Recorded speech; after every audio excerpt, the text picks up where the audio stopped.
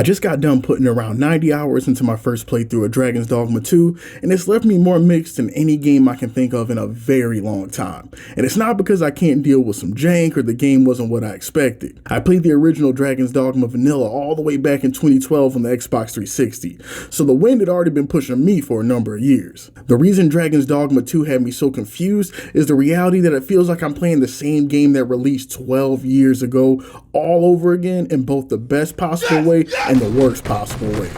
Just a heads up, in order to discuss this game the way I want to, I'm going to have to get into some story spoilers. So if you're going to be in here sticking it out with me, just a heads up. So for those of you that have beaten the game or are familiar with the original, you know how the whole narrative of the game centers around cycles, right? With the dragon being the arbiter of destruction, the arisen the chosen hero, and this loop plays on into infinity in order to maintain balance as ordained by the old gods who are supervising the world they created. Dragon's Dogma 2 is either one of the most brilliant pieces of fiction ever conceived or a horrifically ironic victim of its own plot designs. Because for any of us who have spent time with One or Dark Arisen, you yourself are going to feel like you've also been thrown into this chaotic time loop right along with your character, swearing that you played this exact same experience before years ago with only slight alterations. The same things we're applauding about when it comes to Dragon's Dogma 1 are the same things we're celebrating about 2, but by that same token, the same things we were complaining about in the first game are the same things fans will find as issues here too. Dragon's Dogma 2's combat is nothing less than digital crack, and it's what I believe is the main feature that will keep you coming back to this game time and time again. The reality is that there isn't really anything else out there that plays like it. For sake of comparison, for those who haven't had the chance to touch the game yet, I would say that the game plays like a cross between two of Capcom's own heavy hitters, with Monster Hunter and Devil May Cry coming to mind.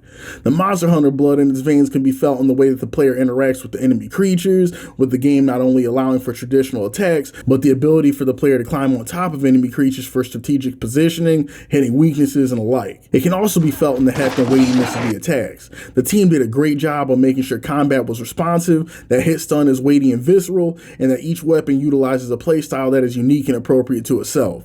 And while it's definitely nowhere near as complex as DMC can become, the DMC influence can be felt in the over-the-top nature of some of the class's skills, the way each class has a unique mechanical gimmick to it in order to give players with the capacity and interest something to really figure out and bite down on, as well as one of the classes offering a low-key DMC-esque style switching mechanic where you can load up with different weapons and abilities and switch to these different weapons mid-combat for those who are trying to put their adversaries in a combo video Marvel vs. Capcom 2 style. And the other addictive component for me was the pawn system. I absolutely love the pawns, bro. Not only things that you can do with them cosmetically, but how much there is to figure out mechanically as well. I remember back in the day with the original Dogma, there were so many articles on GameFAQs with people theory crafting on how the pawn AI worked, on how players will work to train their pawn to use certain techniques and moves, and even avoid doing certain things in game out of potentially teaching their pawn bad habits. And awesome little things like the addition of the hidden pawn affinity system, dragon herpes, little victory animations where you fist bump or high five your pawn as a little showcase of your camaraderie.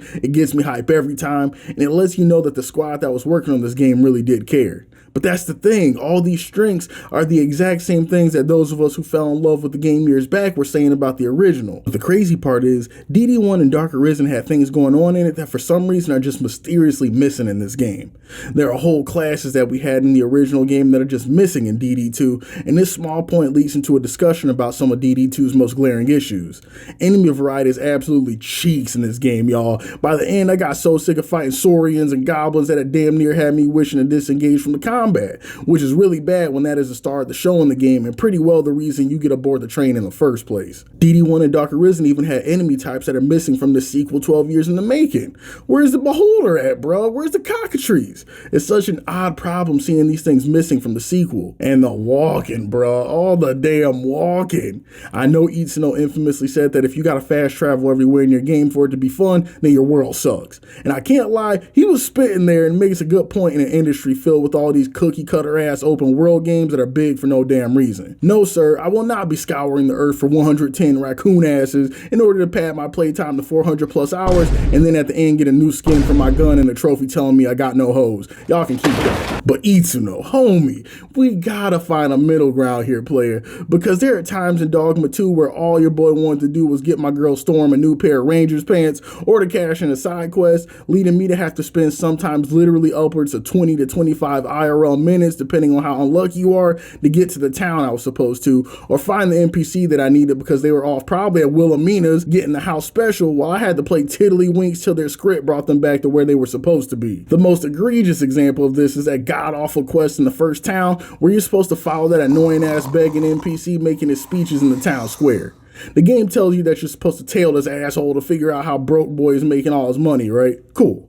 Now, in most games, you'll run up to him, it will begin a scripted conversation where you speak, he leaves, you follow all sneaky like, and continue the game like normal. Not in Dogma 2, bro. When they tell you to watch this man, they really mean you gotta sit your ass down and watch this man go through his whole fake ass NPC day in order to complete the quest. Now, haters gonna be like, bro, just take the nap on the bench and wait for him to begin the script. The real ones in here know that the moment you put your arisen ass on that bench, you're gonna wake up a slobber in your mouth to find homie already gone. At which point now you gotta wait for the whole next day for the quest to begin. Meaning that if you wanna do this mission, you can find yourself waiting nearly a half an hour or more IRL, depending on when you begin your watch, to wait for this asshole NPC to do his thing and get your reward. On one hand, I actually respect the boldness on the part of the development team because who in the days of TikTok and YouTube Shorts even has the attention span for all that?